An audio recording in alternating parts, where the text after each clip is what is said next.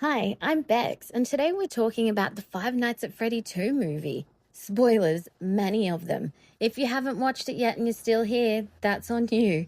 That's between you and your conscience. Now, let's address the reality. Most people didn't like this movie, and I'm not here to pretend they're wrong. I'm also not here to do the stop hating fun thing, because these movies have two jobs: make fan games feel seen and bring casuals back into the fandom. People who only know Purple Guy and har har har har har. So instead of this movie was peak cinema, we're doing a breakdown that's actually useful. 10 things I liked, 10 things I didn't like, and 5 things it's clearly building toward.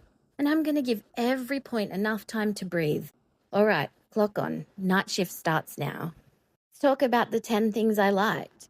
1, the toy animatronics look too real. The toys look like they're made of plastic and bad intentions. The shiny finish, the clean kid-friendly shape, the eyes still feel like a decision is being made behind them. That's literally the horror of FNAF 2. The toys look safer than the Wizards, but they're creepier because they're convincing. It's Uncanny Valley, but with the electricity. They look like the type of mascot you'd hug once, then immediately sanitize your soul. Second thing is the Wizards had menu screen energy. Every time the Wizards showed up, my brain went, oh right, this is the franchise. They're not just scary, they're wrong.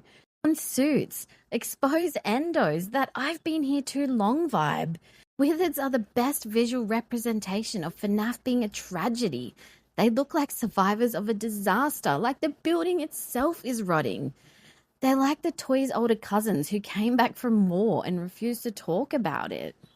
Third, they actually use the mask mechanic. The mask mechanic being used is the closest this movie got to giving me a heart condition. Mask goes on, you're praying the system buys it, you're listening for footsteps. That's gameplay tension. FNAF is a fear management. It's not just boo, it's panic math. So when the movie captures that split second, am I safe feeling, it's finally speaking the game's language. Like putting on a fake mustache and hoping the police are like, yeah, that's not the guy. Number 4, Toy's Chica's violence was kinda insane. Toy Chica said PG-13 and laughed. She's cute in design but vicious in motion. That contrast is what makes it disturbing. The first film got criticism for not feeling dangerous enough. This movie clearly tried to answer that. Oh, you want brutality? Here you go. The kind of character that would smile while committing a felony. 5, the atmosphere improved over movie 1. The movie felt more like FNAF than the first one, even when it messed up. Better lighting choices, more oppressive spaces, more this place has history. FNAF is environmental storytelling. The building should feel like a character, like it remembers everything. Pizzeria had more trauma than half my comment section. 6, the practical effects still carry the whole franchise. You can feel the weight of those animatronics. That matters. They don't move like CGI, they move like heavy machines with momentum. When horror is practical, your brain believes it. And when your brain believes it, the scene hits harder, even if nothing crazy happens. CGI would have made them look like Fortnite skins. This looks like insurance claim. 7, the movie remembered FNAF is a tragedy. Under the robots, this franchise is just grief. The themes of kids being failed, adults ignoring warning signs, trauma echoing forward. That's the soul of it. It helps casual viewers get it. Even if you don't know lore, you understand. Something bad happened here. It's basically haunted Chuck E. Cheese, but make it emotionally devastating. 8, some humor landed without turning it into a meme. I laughed and it didn't feel illegal. A few moments were funny because the situation is absurd, not because the movie undercut itself. Horror needs release valves. If it's 100% tension, people check out. If it's 100% jokes, people stop caring. It's seasoning, not the whole meal. If it's the whole meal, congratulations, you made Marvel. 9, the lore breadcrumbs were actually fun. I like feeling like a detective, even when I'm wrong. Little details that imply bigger things. Not everything has to be explained immediately. That's the fandom culture. FNAF survives because people love arguing for 7 hours about one frame. If the movie doesn't give us something to fight over, what am I supposed to do? Go outside? And lastly, number 10, the sequel teasers were hype, even if they were loud. Yes, it was bait, and yes, I bit. When they hint at bigger threats or future entries, you feel the franchise stretching its legs. It tells casual viewers, this isn't one story, it's a world. And for fans, it's dopamine. They dangled lore like keys in front of a baby, and I am the baby. Now, let's talk about the 10 things that I didn't like. Number 1, the pacing still buffers in places. There are parts where the movie feels like it's waiting for the movie to start. Dead zones, you can feel the momentum drop. FNAF tension needs escalation. If you plateau too long, you lose dread. It's like the animatronics took a lunch break. Number 2, not scary enough for a lot of viewers. People wanted dread. They got spooky. Not enough sustained I feel unsafe moments. FNAF horror isn't gore, it's stress. If the stress isn't consistent, casuals call it boring. If I can check my phone mid-scene, the pizzeria is not doing its job. Number 3, too much explaining instead of letting us experience. Some scenes feel like lore delivery. Characters saying what the movie should be showing. It kills mystery, it kills immersion, and it makes casuals feel like they missed homework. I didn't come to Freddy's for a PowerPoint presentation. 4, Wizards needed more screen time.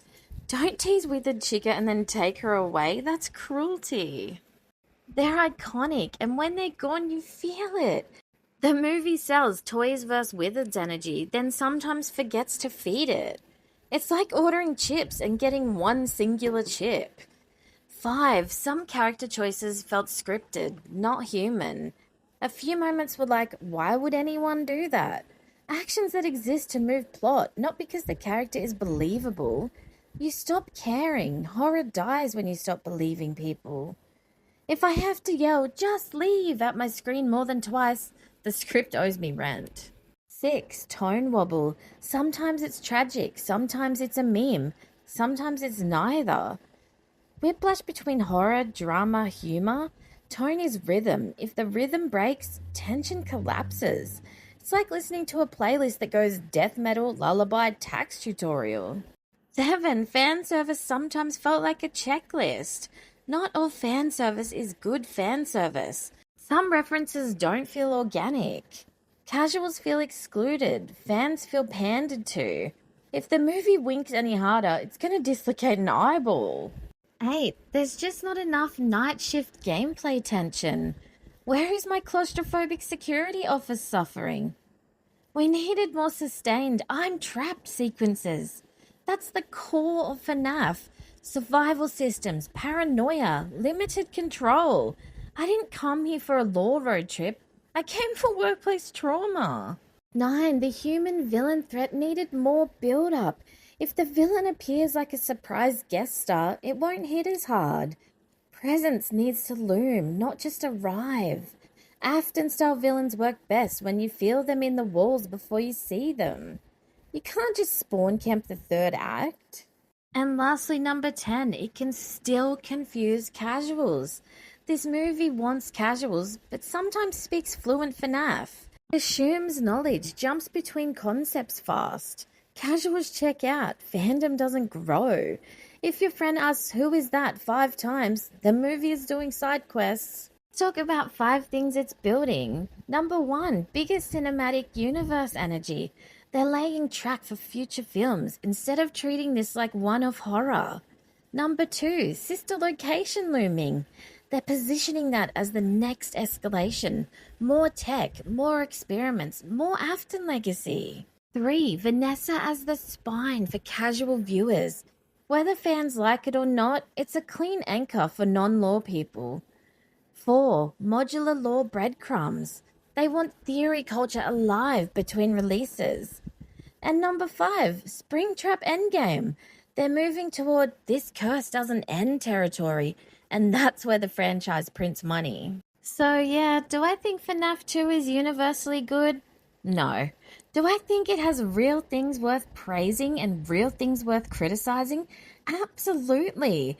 And most importantly, it feels like a franchise trying to learn how to be a franchise. Drop your biggest like and biggest dislike below. And don't just say mid, give me one specific reason. I'm begging you. Thanks for watching, and remember, he always comes back.